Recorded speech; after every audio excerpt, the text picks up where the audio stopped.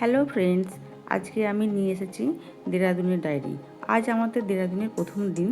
দেরাদুনের প্রধান আকর্ষণগুলো হলো এফআরআই, টপকেশ্বর মন্দির এবং রবার্স কেভ। সুন্দরভাবে ঘুরে দেখার জন্য 2 দিন ও 3 রাতের একটি পারফেক্ট ভ্রমণ। আমরা চলে এসেছি এশিয়ার অন্যতম প্রাচীন এবং বিশাল এক বন গবেষণা কেন্দ্রে, যার নাম এফআরআই। এই 4.5 বর্গ কিলোমিটার বিশাল সবুজ ক্যাম্পাসে আজকের ব্লগটা দারুণ ইন্টারেস্টিং হতে চলেছে, একদম মিস করবেন না। এই পুরো ক্যাম্পাসটি প্রায় 450 হেক্টর বা 4.5 বর্গ কিলোমিটার এলাকা জুড়ে ছড়িয়ে আছে। এর বিশালতা এতটাই যে এর মূল বিল্ডিংয়ের বেসটাই নাকি আসত 2.5 হেক্টরের সমান। শান্ত পরিবেশ বোঝাতে শহরের কোলাহল থেকে দূরে শান্ত আর সতেজ একটা দিন কাটানোর জন্য এটি দেরাদুনের অন্যতম সেরা জায়গা। বন্ধুরা, আমার পেছনে যে রাজকীয় ভবনটি দেখছেন, দূর থেকে দেখে এটি কোনো ইউরোপীয় রাজপ্রাসাদ মনে হতেই পারে, কিন্তু আসলে এটি কোনো প্রাসাদ নয়। এটি হলো ভারতের অন্যতম এবং এশিয়ার সবচেয়ে বড় বন গবেষণা কেন্দ্র, এফআরআই অর্থাৎ ফরেস্ট রিসার্চ ইনস্টিটিউট, দেরাদুন। আচ্ছা, জায়গাটা দেখে কি একটু চেনা চেনা লাগছে?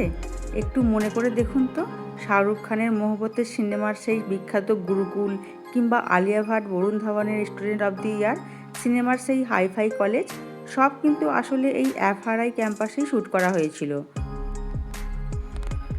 শুধুমাত্র সিনেমা শুটিং বা সুন্দর ছবি তোলার জায়গা নয়, এটি এখানে বন, কাঠ এবং বিভিন্ন কীটপতঙ্গ নিয়ে গবেষণার জন্য 6টি দারুণ মিউজিয়াম রয়েছে। কাঠের বৈচিত্র্য থেকে শুরু করে বনের হাজার বছরের ইতিহাস, সব কিছু এত সুন্দরভাবে এখানে সাজানো আছে যে কোনো প্রকৃতিপ্রেমী মানুষের এখানে জ্ঞান দ্বিগুণ হয়ে যাবে। এটি প্রথম 1878 সালে ডিয়েট্রিচ ব্যান্ডিস দ্বারা ফরেস্ট স্কুল অফ দেরাদুন হিসেবে প্রতিষ্ঠিত হয়। 1906 সালে ব্রিটিশ সাম্রাজ্যের অধীনে এটি পুনর্গঠিত হয় এবং নাম দেওয়া হয় ইম্পেরিয়াল ফরেস্ট রিসার্চ ইনস্টিটিউট। স্বাধীনতার পর এর নাম বদলে ফরেস্ট রিসার্চ ইনস্টিটিউট রাখা হয় এবং 1991 সালে এটি ইউনিভার্সিটি গ্র্যান্টস কমিশন দ্বারা একটি ডিমড ইউনিভার্সিটি হিসেবে স্বীকৃতি পায়। ফরেস্ট রিসার্চ ইনস্টিটিউট এফআরআই হল ভারতের উত্তরাখণ্ডের দেরাদুনে অবস্থিত একটি অন্যতম প্রাচীন ও শীর্ষস্থানীয় বন গবেষণা ও প্রশিক্ষণ প্রতিষ্ঠান। ভবনটি মূলত গ্রিকো রোমান এবং উপনিবেশিক স্থাপত্য শৈলীর এক অপূর্ব মিশ্রণ। এরপর আমরা যাব দেরাদুনের এক পবিত্র ও অপরূপ স্থানে, টপকেশ্বর মহাদেব মন্দির। চারিদিকে সবুজ পাহাড় আর নদীর শব্দে এখানে এক অদ্ভুত শান্তি রয়েছে। বন্ধুরা, মন্দিরের ঠিক পাশেই বয়ে চলেছে এই পবিত্র তমসা নদী। পাহাড়ের বুক চিরে আসা এই নদীর জল অসাধারণ স্বচ্ছ। নদীর বয়ে চলার শব্দ এখানকার পরিবেশকেও আরও শান্তিময় করে তোলে। নদীর ধারে একটু খেয়াল করলেই দেখবেন ভক্তরা ছোট ছোট পাথর একটার পর একটা সাজিয়ে ছোট ঘর বা মিনার তৈরি করছেন। বিশ্বাস করা হয় এখানে পাথর দিয়ে এভাবে ঘর বানালে নাকি নিজের একটা সুন্দর বাড়ির স্বপ্ন পূরণ হয়। মন্দিরের প্রবেশদ্বারেই ভগবান হনুমানের একটি বিশাল মূর্তি দর্শনার্থীদের স্বাগত জানায়। এই মন্দিরটি একটি প্রাকৃতিক গুহার মধ্যে অবস্থিত। গুহার ছাদ থেকে অবিরাম জলের ফোঁটা প্রাকৃতিকভাবে ভেতরে শিবলিঙ্গের ওপর ঝরে পড়ে, যার থেকে হিন্দি শব্দ টপকনা বা জল পড়া। এই অলৌকিক দৃশ্যের কারণেই এর নাম টপকেশ্বর। পৌরাণিক বিশ্বাস অনুযায়ী মহাভারত যুগে কৌরব ও পাণ্ডবদের গুরু দ্রোণাচার্য এই গুহায় দীর্ঘকাল তপস্যা করেছিলেন, তাই এই গুহাটিকে দ্রোণ গুহা বলা হয়ে থাকে। এখানে তার পুত্র অশ্বত্থামা কঠোর তপস্যা করে শিবের আশীর্বাদ লাভ করেন। এই মন্দিরটি ভগবান শিবের অন্যতম প্রাচীন মন্দির, যা মহাভারতের সময়কার বলে মনে করা হয়। এই গুহা মন্দিরের সবচেয়ে বড় আকর্ষণ হলো ঠিক ওপরের ছাদ থেকে প্রাকৃতিকভাবে জলবিন্দু টপকে টপকে সরাসরি শিবলিঙ্গের ওপর পড়ে। কথিত আছে গুরু দ্রোণাচার্যের পুত্র অশ্বত্থামা এখানে কঠোর তপস্যা করেছিলেন। তিনি দুধের জন্য শিবের আরাধনা করলে মহাদেব গুহা থেকে দুধের ধারা বইয়ে দেন।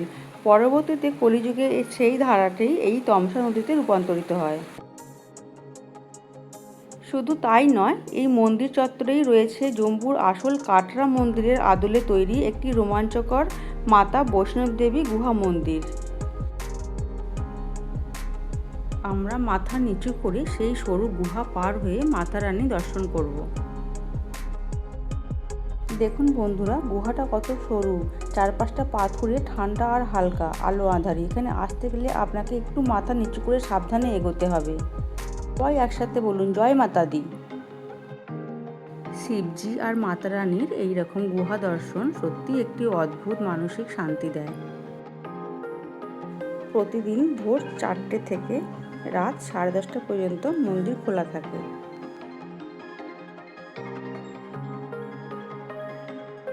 আপনারা যদি দেরাদুনে আসেন তবে টপকেশ্বর মহাদেব মন্দিরের এই বৈষ্ণোদেবী গুহাটি মিস করবেন না।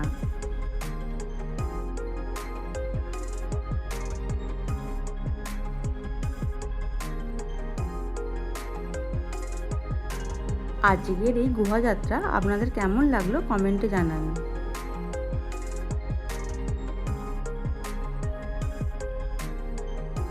প্রকৃতি আর ভক্তির এমন অপূর্ব মিলন সত্যি চোখ জুড়িয়ে দেয়।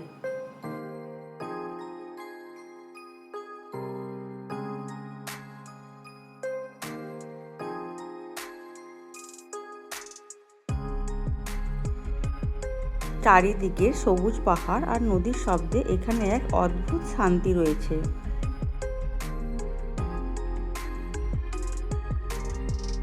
আজকের এই গুহাযাত্রা আপনাদের কেমন লাগলো কমেন্ট করে জানান। ভিডিওটি ভালো লাগলে লাইক ও চ্যানেলটি সাবস্ক্রাইব করতে ভুলবেন না।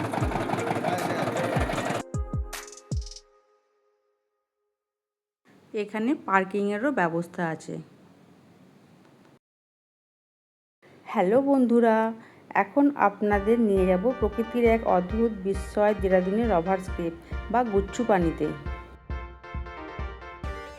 বন্ধুরা, ভেতরে ঢোকার জন্য টিকিট কাটতে হয়।